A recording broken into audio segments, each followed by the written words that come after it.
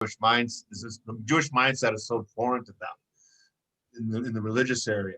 The idea that why don't they just, we're letting them worship their God. What's the big problem? And Right. from the Jewish standpoint, there is only one God. So anything that hints of or gives glory or honor to another God is anathema. And so it's a really tough tightrope that Jewish leaders have to walk in this setting that they don't find elsewhere in their empire.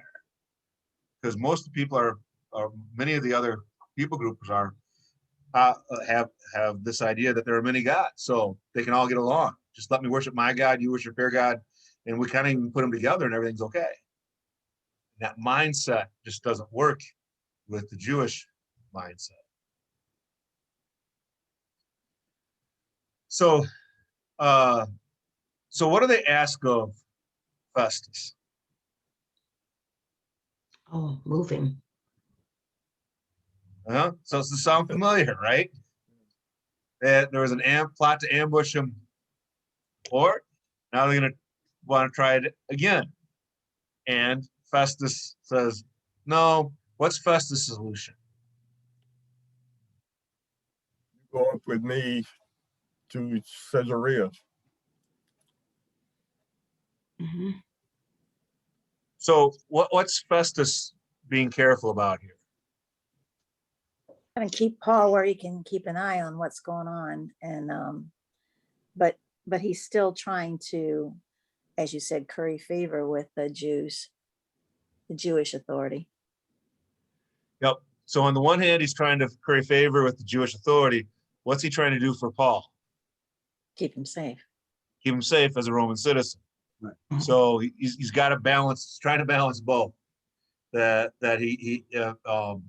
in Rome's eyes, he doesn't, it would look bad on his record if there's a riot, but it's bad on the record if a Roman citizen isn't given proper rights. So he's trying to keep both things happy. I'm assuming it's not the same 40 guys who won't eat till Paul's dead. Yeah, because I think 2 years ago, 2 years without eating would have been a long time. Okay. I don't think he wanted blame for his death if they were going to kill him. Correct. And again, under Roman law, they don't have a right to kill him.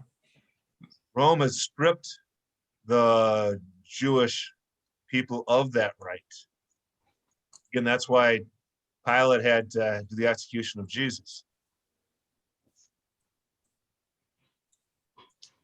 So again, back to the Roman city of Caesarea, he says, I'll keep Paul there.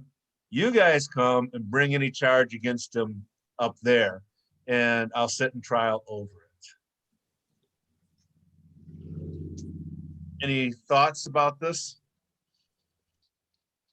Well, he also says, among you, go down with me. So, I mean, he's trying to butter him up a little bit. You can come with me as my guest. And Yep. So again, walking that line. Sure, I'll let you get your accusation, but I'm going to do it where I can be in control of it and Paul is safe. But I want you to come lay the charge. And he's probably hoping that if they come and bring a real charge, then he'll be able to grant their wish and a criminal will be put to death. They have no problem putting him to death if he deserves it, I don't think. That would be, from his situation, that would be the simplest. If they had a strong case against him and he was able to have him executed, then the Jews would be happy, he'd be happy, there'd be peace, and he could write his report to Rome saying, they found this charge, I executed him. Rome would say, fine, sounds good. must have been pretty busy those first 3 days because he already knows about the plot against Paul.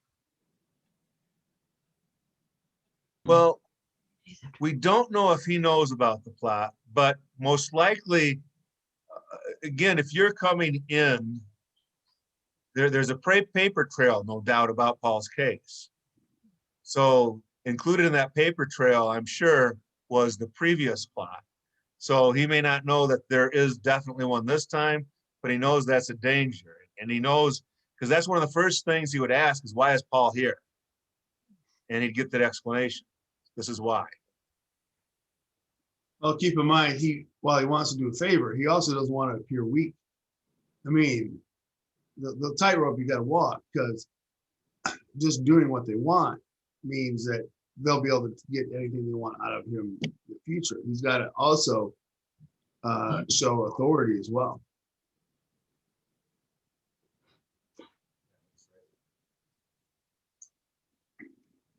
Any other thoughts on this first 5 verses? So after he stayed among them not more than 8 or 10 days, he went down to Caesarea. And the next day he took his seat on the tribunal and ordered Paul to be brought. When he arrived, the Jews who had come down from Jerusalem stood around him, bringing many and serious charges against him that they could not prove. Paul argued in his defense, neither against the law of the Jews, nor against the temple, nor against Caesar have I committed any offense. But Festus, wishing to do the Jews a favor, said to Paul, do you wish to go up to Jerusalem and there be tried by these charges before me? But Paul said, I am standing before Caesar's tribunal, where I ought to be tried. To the Jews I have done no wrong, as you yourselves know very well. If then I am a wrongdoer and have committed anything for which I deserve to die, I do not seek to escape death. But if there is nothing to their charges against me, no one can give me up to them. I appeal to Caesar. Then Festus, when he had conferred with his council, answered, to Caesar you have appealed, to Caesar you shall go. Perfect So- out for him. What? It's a perfect out for him. Yeah. Yes. Pass the buck. You see that here, don't you? Right? So he stays there 8 to 10 days. Then he goes up to Caesarea and he brings in Paul. And when he arrives, the Jews come down from Jerusalem. They stand around. And what's the trial look like? What's happening?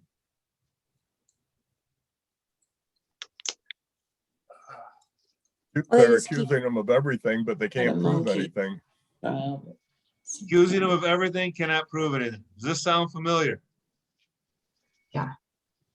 Yes, Jesus. Right? We see this Holy Week. Very good. They accuse him of many things, but they can't get 2 witnesses to agree, even on the lie.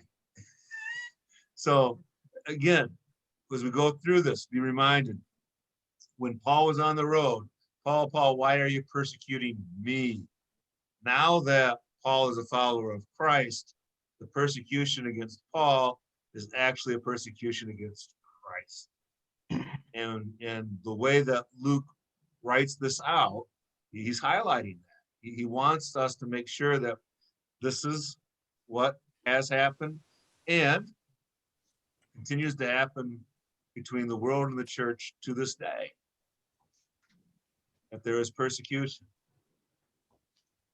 How does Paul handle this?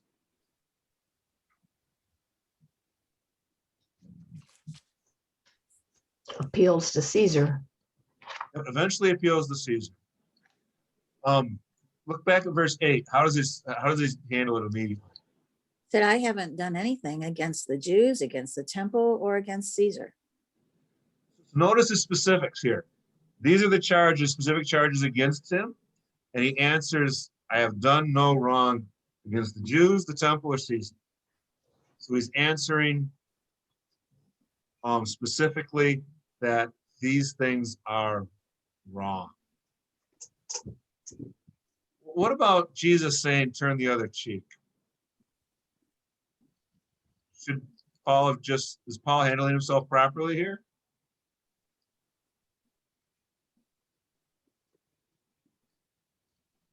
Still going to go to trial if they have evidence against him. Pardon?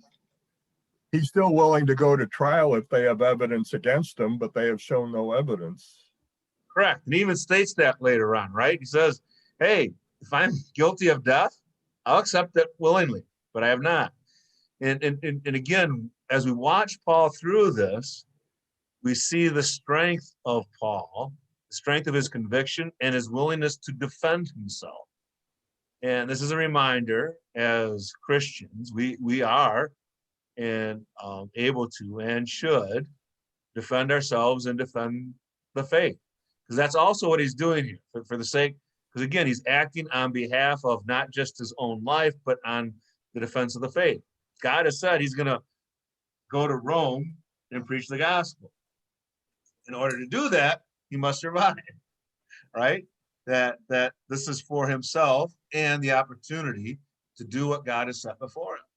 And so he's not afraid to be strong in the face of the persecution. But I don't think it would have been wrong if he would have just accepted it. If that was what he was led to in his faith, how could that be wrong? If he just accepts the Yeah, what false if he said- charges. What if he said, okay, I'll go to Jerusalem. I'll go to Jerusalem and you can try me there. He knew that would probably be a death sentence, but what if he had done that? Would that have been wrong? I just don't see that. I hadn't considered it that way. Had God told him he wanted him to go to Rome, though? I'm vague on that. Yeah, I'm not sure either. I don't think God's told him to go to any place other than to stand up for the faith. But if the Jews would have killed him, they would be killing a Roman. Right. I think Paul has a right to do either one within the Christian faith. Going down to Jerusalem to become a martyr, which we believe he eventually became anyway. That's the reality of being an apostle. The question is, I believe for Paul, is where is he going to get the most ears to hear about Christ in the gospel? For him, I believe he's making the decision not to go to Jerusalem because they've already had the opportunity on several occasions, and the disciples are still there. Those kind of things. And he's always wanted to go to Rome. And if he's going to die, he wants to die in Rome. He wants an opportunity to proclaim the gospel in the center of the world. And I think that's what motivates him, to be quite honest. Yep. So again, back to as you answered Lynn's original question, either way, he has the freedom as a Christian to choose. If he would have chosen to go back to Jerusalem, that would have been fine too. Because again, it wasn't that God told him to go to Rome. God had prophesied to him that he would go to Rome. Oh, okay. So it might be that he'd say, well, I'll go to Jerusalem. God said, I'm going to go to Rome. So somehow he's going to get me to Rome. But yeah, the going to Jerusalem or not, you're right. He has the freedom of the Christian to do that. And in both cases, the point that I was trying to stress is that however he does it, he is defending himself and defending the faith. And that's what he is doing. And I think that's what's most important about the decisions that he makes here. Also, most of his work was with the Gentiles, right? Yeah. Yep. So this would be spreading it further with the Gentiles. So in the end, he says he's going to appeal to Caesar, and Festus says, okay, Caesar, you go. Tom, do you have any insight on the appeal to Caesar? The appeal to Caesar, from what I understand, is simply a last ditch effort of a Roman citizen to be taken to the imperial court. and judgment rendered there. I don't think that Festus has to. I think Festus can say no, because anybody, you know, you can have 1,000 people appeal it to Caesar, and Caesar's not going to be real happy with you if you keep sending goofballs off the, you know, you can't make this judgment. But in this case, it's a hotbed. You know, doesn't want anything happening, and that this is the best way to deal with a difficult issue. He probably feels that Paul is innocent, but doesn't really care because he's trying to appease the Jews, yet appear strong. So this gives him an opportunity to say, no, it's out of my hands, dudes. Sorry. And it fits with what we see here, right? That he tries to send him to Jerusalem. Now he gets an opportunity to send him to Rome. I think Peter pointed out, he's just like, somebody take this from me, please. Yeah. Because he just sees landmines all over the place. If I go against Paul, then I might be in trouble because I'm not giving the rights because he's innocent. If I don't do something to Paul, then I'm going to have trouble with the Jews. So again, it reminds us of Pilate, right? With Jesus. Send him to Herod, send him to appeal to the people for his release. Somebody take this guy away from me, please. I don't want to deal with this. And he's only been there 2 weeks and all this has happened. Welcome to the job. You wanted it, you Felix got didn't do it. him any favors. That's the thing. Any thoughts on this section?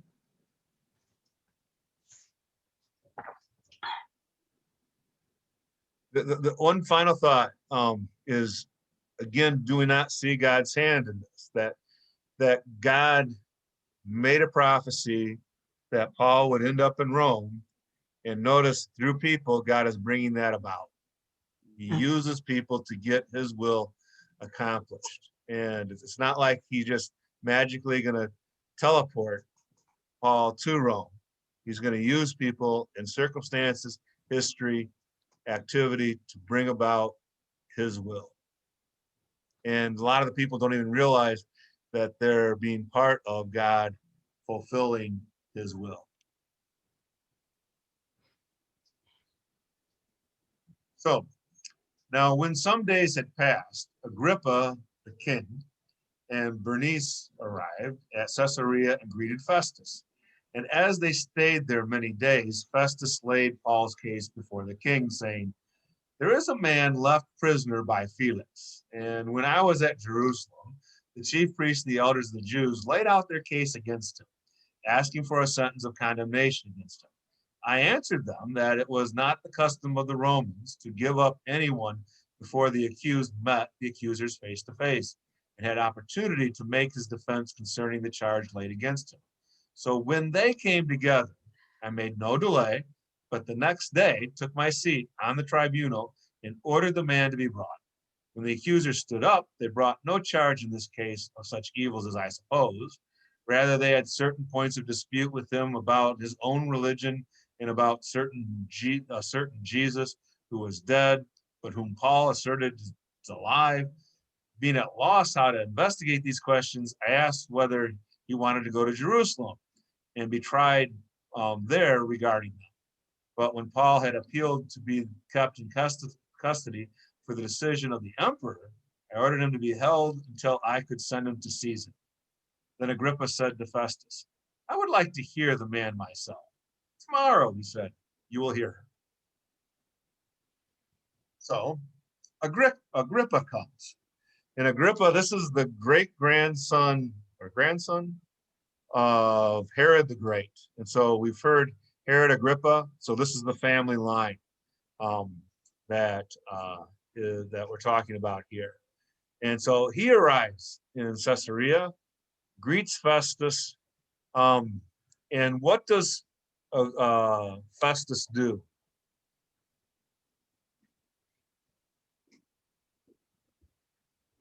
He tells update on what king- happened so far. Yeah. You know, how does, as you heard Festus tell the story, what did you think of his account? Or what's he doing with his account? He's defending his own decisions.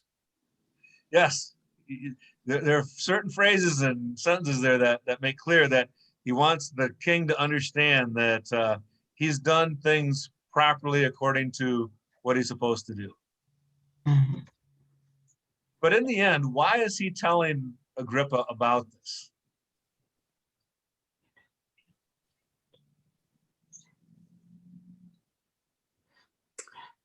Probably he wants him to handle things so that he doesn't have to actually send him on. Yeah, he's looking for advice, isn't he? Again, he's Yeah. trying to pass it on. Because Yeah. what do we see now? Because this gives us, Luke is now giving us insight to what has happened up to this point about what's going through Festus' mind. What's Festus' view of the events? I think Festus is kind of like a middle manager. And so he doesn't think, he thinks Paul should be released, in my opinion. But he's a middle manager, and whatever he decides, he's gonna make people mad. So he wants to make sure his boss knows what's going on so that the boss gets the outcome that the boss wants.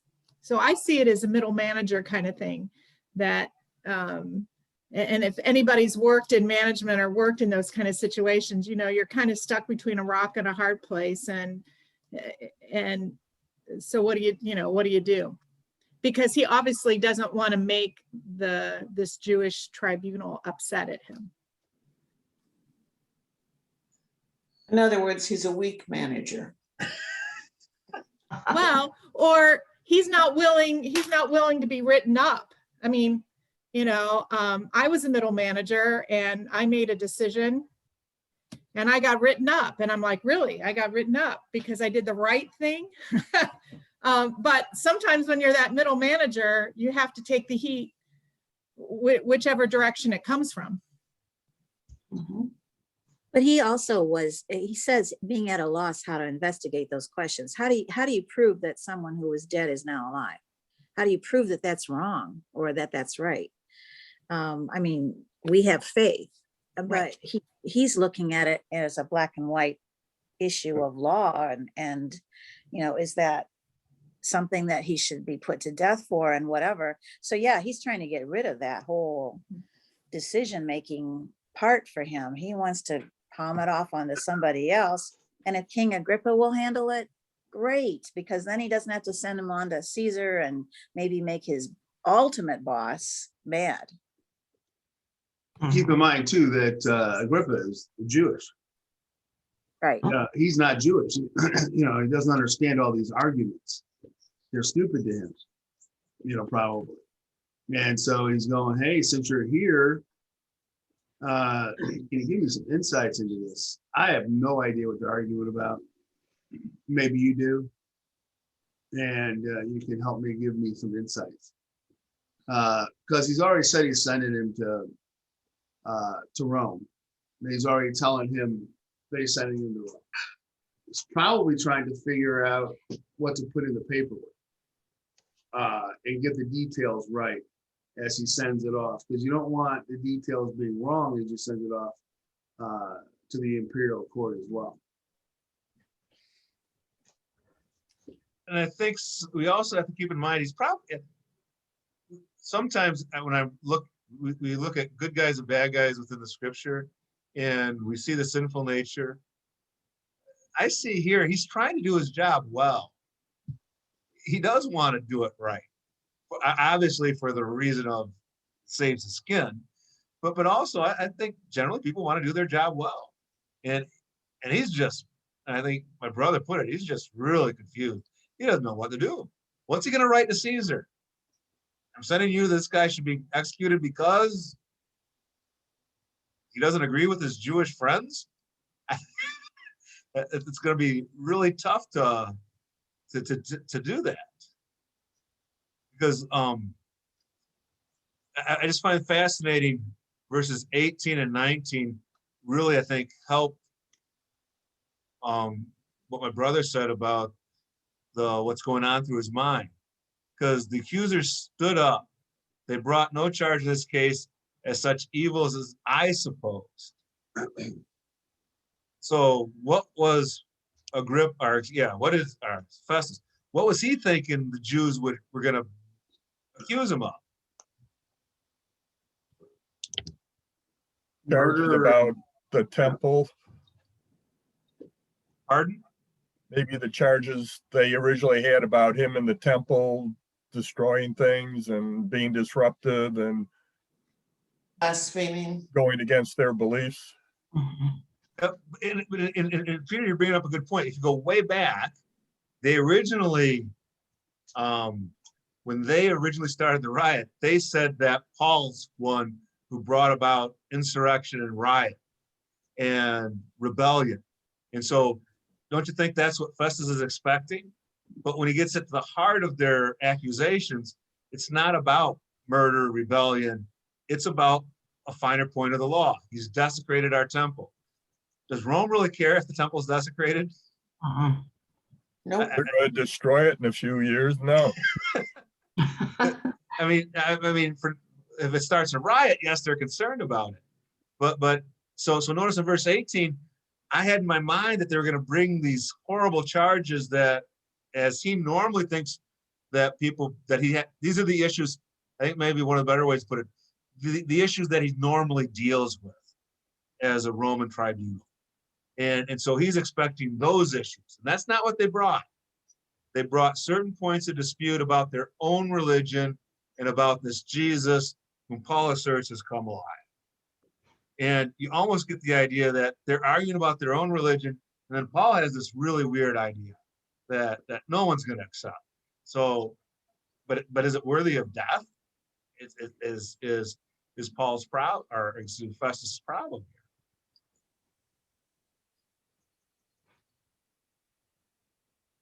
So, what's Agrippa's response?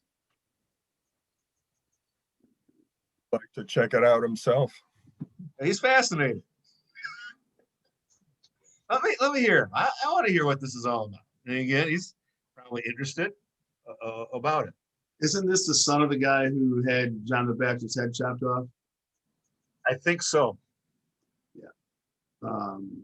So his father would have met Jesus. He may have heard stories about Jesus because his father would have been fascinated with Jesus. Remember when his father puts Jesus on trial, he just wants to see him do some magic. That's all he cares about. And he wants to see those signs and wonders. So his father obviously was fascinated by it. So he may have heard some stories about this Jesus and knows a little bit more about it than obviously than Felix does, or Festus does. Any other thoughts?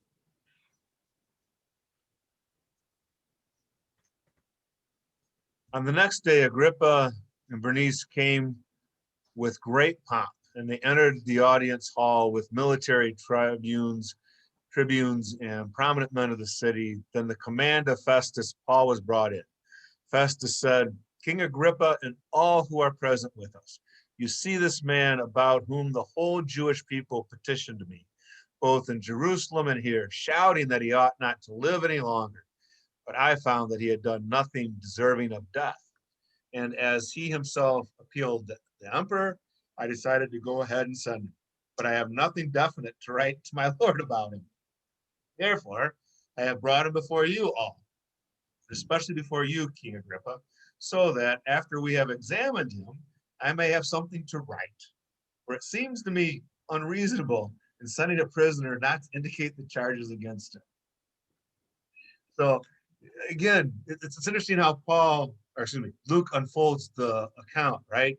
He kind of like tells us the event, and then in the next event, he kind of gives us an insight as to what's going on in the mind of the characters involved, because we get a better insight now as to what Festus is thinking, right?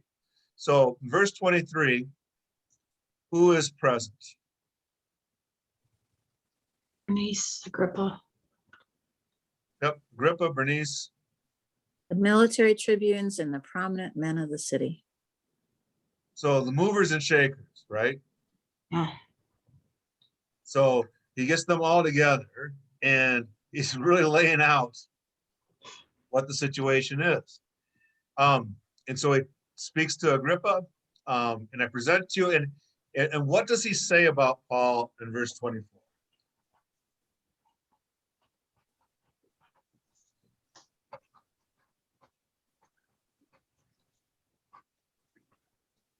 Oh, he's saying the whole, I'm sorry. Go ahead. I just was going to say that he's saying all the Jewish people have petitioned against him, shouting that he shouldn't live any longer. So I don't know if all the Jewish people, but he's making it sound like it is all the Jewish people here. Probably all the Jewish people he's heard from. Yeah. What does this tell us about, again, what's the timeline here now? How long has this been going on? Over 2 years. Mhm. Mhm. What does that say about the people's view, or especially the Jewish leadership's view on Paul? Well, they haven't changed their mind. If anything, maybe they're more convinced that this has to happen. They're kind of like a dog with a bone. They're not going to give it up. No, One has to be gone. Is that what you call a kangaroo court? Oh, if he sent to Jerusalem, it would be. Yeah. Yeah.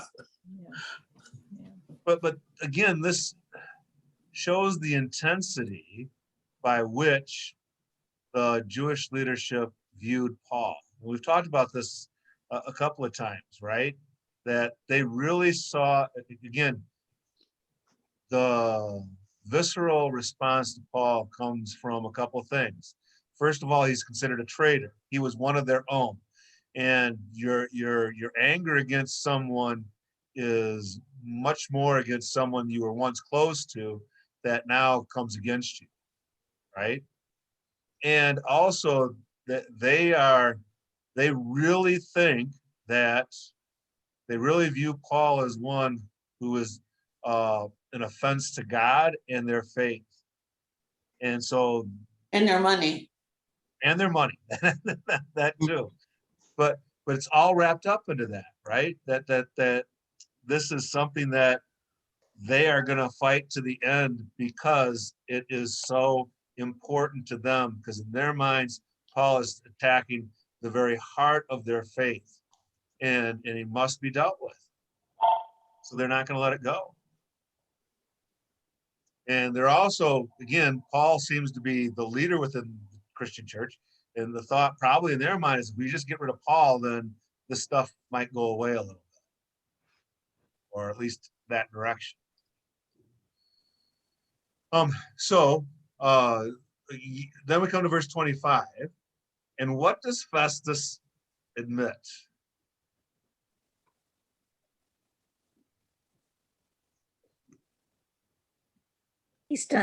Paul has done nothing that deserves death.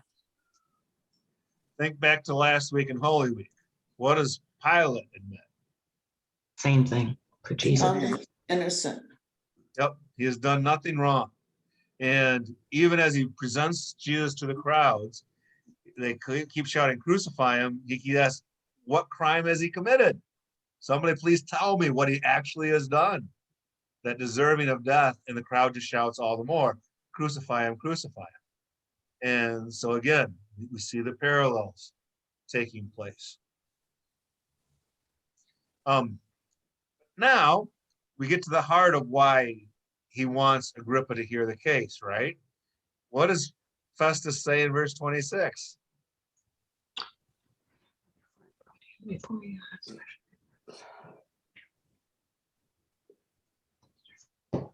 He hasn't anything to report to him. Because when he says, my Lord, who is he talking about? Caesar. Caesar, right? So he said, I have nothing to write to Caesar about this guy. I am bringing it here, and especially before you, Agrippa, so that after we've examined him, I have something to go along with. Because what does he say in verse 27?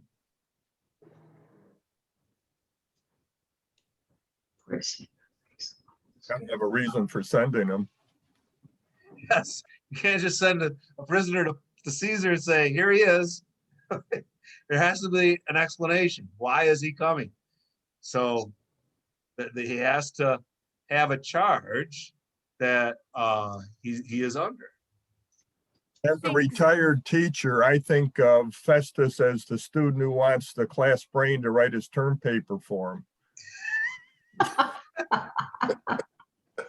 Well, and I was thinking this more on the legal system, that, you know, you don't start at the Supreme Court. You start with the county or the local court, and then Right. you work your way up. You don't just send minor offenses to the Supreme Court. You know, you take care of those things at the lower level. Yeah.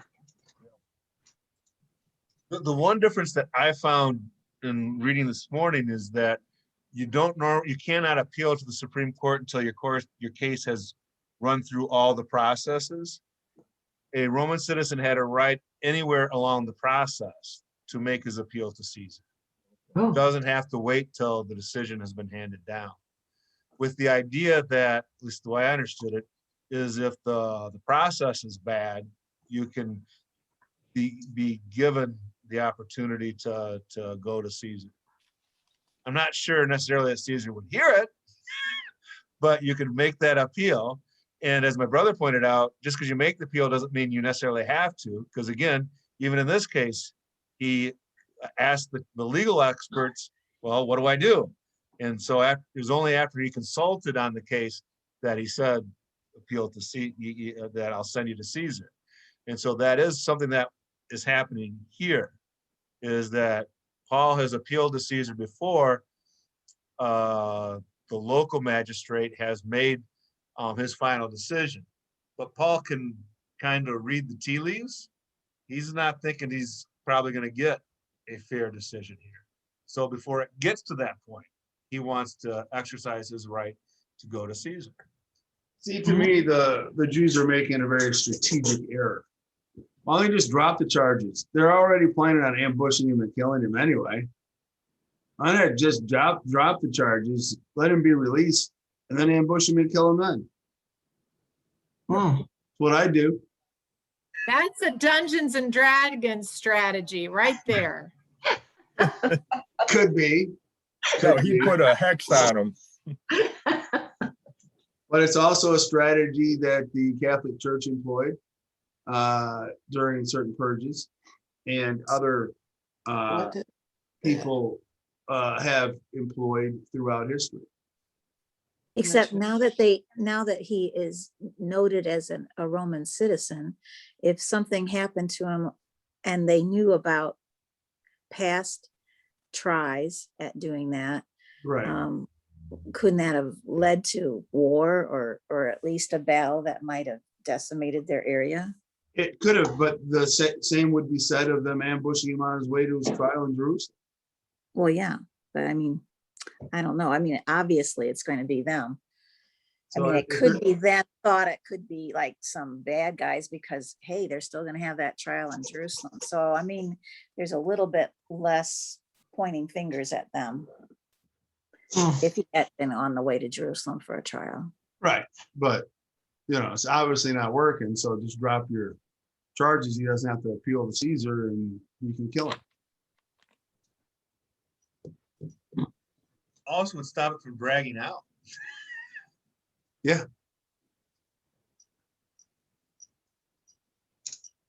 So, It's a good pastoral idea there, Tom. yeah, thank you. Thank you.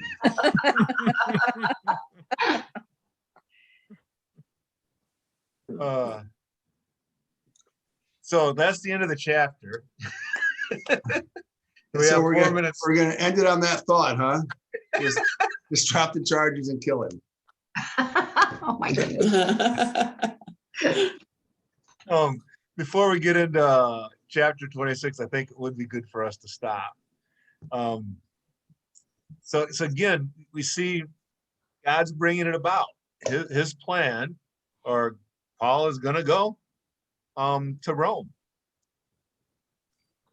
Any final thoughts? I've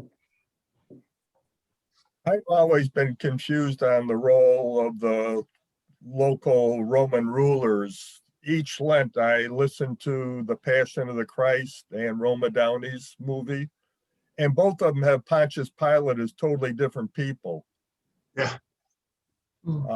Roma Downey has them as this ruthless guy they're terrified of, and they're going to sacrifice Jesus because it's one man. I would recommend a very good book by a great Lutheran theologian. Well, I don't know, a great historian, Paul Meyer, Pontius Pilate. It's a great book. I don't know if it's still in print or not. I don't know whether you would read a novel like that, but he really puts Pontius Pilate in a proper perspective as far as I would understand it. It just did a marvelous job of following Pontius Pilate. And this is all based on archaeological finds and different things.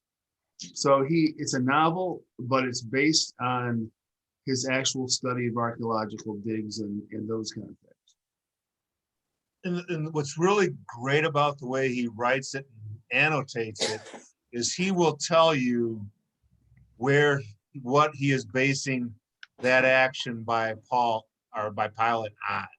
He will let you know whether it's based on scripture, whether it's based on the archaeological evidence studied in Roman dialogue or records, or so as you read through, because one of the problems you have with a lot of historical novels, at the end you're kind of thinking, which is the fiction? It's a novel. Which is the novel? Which is the history? But the way that Meyer writes it and annotates it, you can read a section and think, well, is that really what happened? And you can go to his annotation and see whether it is or not, or why he put it in there that way. Yeah. So it's an excellent book. Yeah, he's probably Give me the title and author again, please. I'm sorry, what? Would you give me the title and author again, please? Pontius Pilate by Paul, is it Paul A. Meyer? Or is it just Paul Meyer? Paul Meyer. I'm not sure if it's A. Meyer. I think I just used to get Wham, his brother. Yes. This is the son of the original Wham, Walter A. Meyer, who was on the Lutheran Hour back in the, that was back during the Depression, right? Or shortly after? Yes, 30s and 40s. Right. Yep. He's a historical professor at Western Michigan, or he was. He's retired now. He's a great guy too. I mean, I've had a couple beers with him, so. He and his brother are really cool guys. And they have a connection to Western New York out here at Camp Pioneer. Oh, do they? Yeah. He used to come out here all the time, apparently. Wow. Hey, little brother, before we met, could you hang out just for a second? Yep. Some pastoral business. Okay, sounds good. Well, shall we close with the word of prayer? Sure. Dear Lord, we give thanks that we can see in the scriptures your hand in history, that your will be accomplished through people. And may we find comfort that you will accomplish your will for us through us as well, by the power of your word and the working of the Holy Spirit. Continue to bless us and guide us and lead us into life eternity. In Jesus' name we pray. Amen. Amen. Thank you. See you next Thank week. you. See you next week. See you next week. Goes.